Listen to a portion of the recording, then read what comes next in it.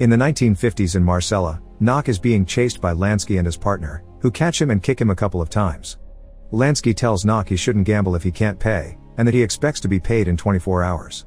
Since he doesn't have any money, Nock tries to think of a way to get out of this one and finds himself at the harbor, where a cruise captain is desperate to find a doctor for a 6-month trip to India. Nock doesn't have any qualifications other than a past in the army, but since the ship is about to set sail, the captain is desperate and accepts that Nock will pretend to be a doctor. Nock learns as much as he can from the medicine books he finds in the doctor's office. When they bring in a sick mechanic, the man explains he knows he has typhus because he's often seen it while sailing, and he's heard what treatments his co-workers used in the past. Pretending to test him, Nock makes the man repeat the treatment he's heard of as he writes it down, then tells him to do exactly that. Afterward, Nock goes for a walk on deck and sees a lady that has sunbathed for too long, making her face extra red. Nock implies she may have a skin condition, then leaves for the kitchen, where he takes some whale fat to make a fake ointment. When he gives it to the lady, he pretends as a rare oriental ointment that even Cleopatra used. A few days later, the redness of the lady's face disappears naturally because it had only been a bad tan, but she thinks it's thanks to the ointment and is willing to pay any cost for more. After selling her 3 bottles at a crazy price, Nock checks on the mechanic, who is doing better too. The captain is amused at how well Nock's doing and wonders what he'll do after the trip, to which Nock answers he'll go to medical school. 5 years later, Nock arrives at the small village of San Maurice, where he'll be taking over Dr. Parpolade's practice. Parpolade is moving to retire in the big city and wants to leave his office in good hands, so Nock assures him he studied to be a doctor after accidentally referring to the patients as clientele. The next day, Nock pays the mailman to go around town with an announcement. On Tuesday morning, he'll give every person living in San Maurice a free consultation. Afterward, he goes to the local pharmacy to meet Mr. Mousquet, whose business isn't doing well. Nock uses his charms to reach an agreement. They'll make people think they'll feel worse than they actually do and share the earnings. As the mailman delivers the announcement around town, gossip around Nock begins to spread. He's more elegant than what they're used to, but different is intriguing. However, Priest Lupus thinks a doctor that offers free consultations is suspicious and must be hiding something. Some hours later, the mailman goes to Nock for his payment and is approached by Adele to drop a letter, causing Nock to start developing an interest in her. Afterward, he gives the mailman his free consultation, already using his charms to convince him his stress has some hidden sources they're going to treat. In the afternoon, Nock goes to the local school to speak to Bernard, the headmaster, to scold him for not having health classes at school. He leaves him some material to teach the kids about hygiene, including some posters that may come off as creepy and scary to the kids because of their gritty illustrations. These posters are also hanging on the walls of Nock's office, so when Tuesday comes around, everyone is feeling quite uncomfortable while waiting. Nock's first patient is Adele's employee La Cook, who feels well and only came because it's free. When Nock notices her yawning, he gives her a quick checkup and tells her to diet and rest for a few days before deciding on a treatment. At that moment, Lupus arrives at the office and scoffs at everyone for being here when they never are this eager to go to mass. After La Cook leaves, he cuts in line and sees Nock next, intending to give him a piece of his mind. However, Nock quickly takes over the conversation, tells Lupus he has conjunctivitis, and sends him away with a prescription. When La Cook returns home, she orders Adele to tidy up her room and get a second mattress. Nothing shall bother her while she rests. But when Adele coughs, La Cook doesn't show the same worry for her health and tells her to stay silent. Next, Nock checks on the mailman, who is doing much better even if he realizes he needs to pay for this second consultation. Everyone in town is happy with Nock's work and impressed by his persona. Men think he's distinguished and smart, women call him charming and handsome, and Lupus can't stop his jealousy. He's so popular that Elizabeth comes to see him just to gift him a basket of goods she baked herself and invites him to the mayor's dinner party while trying to flirt. In the evening, Nock assists this dinner party, where rich widow Pons competes with Elizabeth to see who gets to flirt with the doctor more. Nock also takes the chance to invite everyone to the conference he'll be giving at the school the next day. In the morning, the classroom is filled with both kids and adults listening to Nock talk about the kind of illnesses that can be found everywhere. He calls Didier to the front to give a demonstration, pointing out how to discover bad signs inside the mouth. Fortunately, Didier is clean, and Nock congratulates him for his good hygiene, earning him a round of applause from everyone. Afterward, Pons sings Nock's praises, which makes Lupus rather angry. He reminds her that Nock's still very suspicious and urges her to help him find out whatever she can about Nock's past. Sometime later, Nock visits La Cook's house for her second consultation.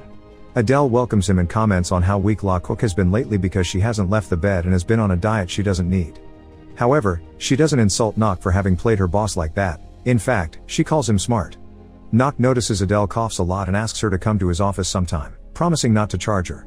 Afterward, Nock goes to La Cook's bedroom and offers her an expensive treatment that she refuses to pay. Lockhook tries to convince him she's doing fine by doing some exercise, but that only makes her feel worse, causing her to give in and pay Nock whatever amount he asks for. A few days later, Nock visits Mouske for their monthly meeting. The pharmacy is doing much better now and Mouske is impressed by the money he's making, so he's hesitant to lose this when Nock comments on the chances of doubling their earnings. However, Nock uses his charms once again and gives him a speech about the two of them being the guardians of this town's health. Later, Nock's visited by Pons, who manages to get him to visit her 4 times a week to check on her health. She may be flirting, but Nock plays along because of the money that will bring. Pons also tries to ask some questions about his past, but Nock only gives her vague answers before dismissing her.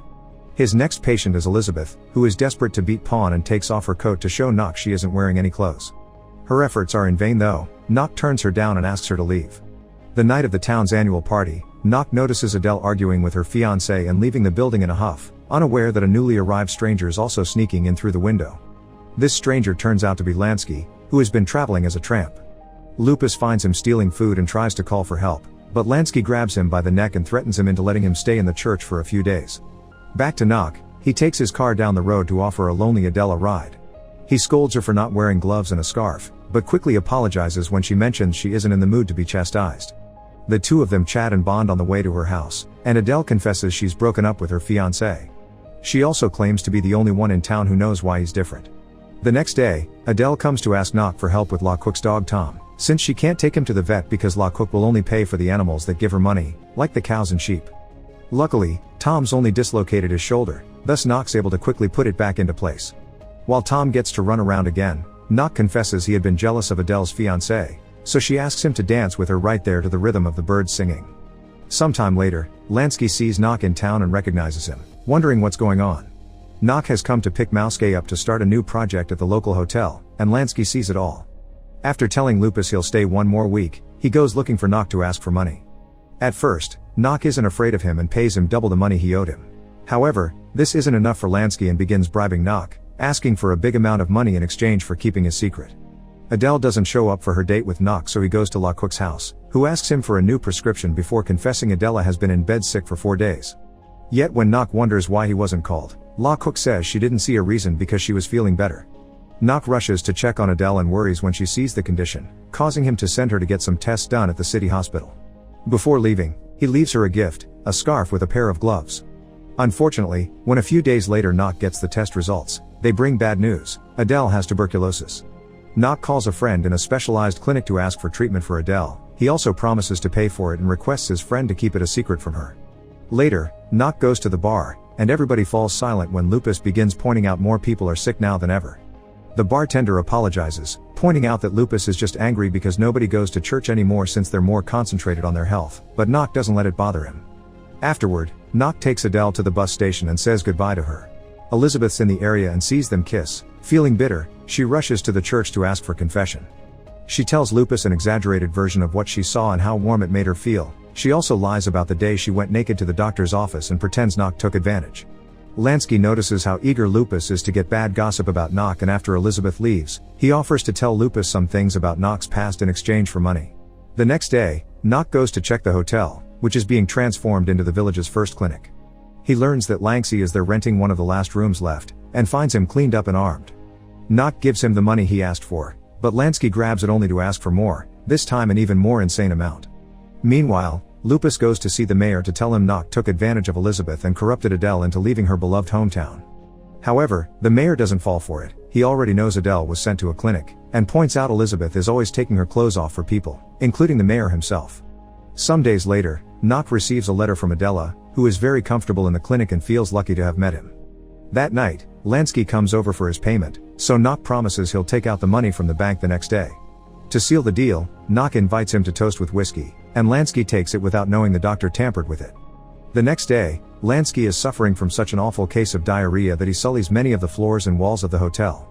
Nock goes to check on him and pretends Lansky's terribly sick, so he promises to help after Lansky gives him back his money and signs a letter confessing all his past crimes. Some weeks later, Parpelade comes back to the village to see how it's doing, and he's shocked to see the finished clinic, not understanding the need for it. Next, he goes to see Nock and is even more shocked to hear he has 600 consultations a month. Parpelade points out the poor morals behind this method, causing Nock to begin a speech about the way medicine is reaching the common people that annoys Parpelade into leaving. Nock visits Adele and she sweetly tells him the two of them aren't so different after all because they grew up poor.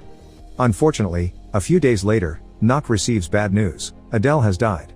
Overwhelmed by grief, he destroys his office. During the funeral mass, Lupus says Adele died because she put her life in the wrong hands and mentions Nock's former gambler and thief. Furious, Nock admits having done bad jobs to survive, but he worked hard to become a doctor when he had a chance. After insulting Lupus for bringing this up in the middle of a funeral, Nock leaves, and the townspeople immediately jump in his defense, also calling out Lupus for having interrupted such a solemn occasion with these matters. Meanwhile, Didier follows Nock to his house and notices he's packing his things up.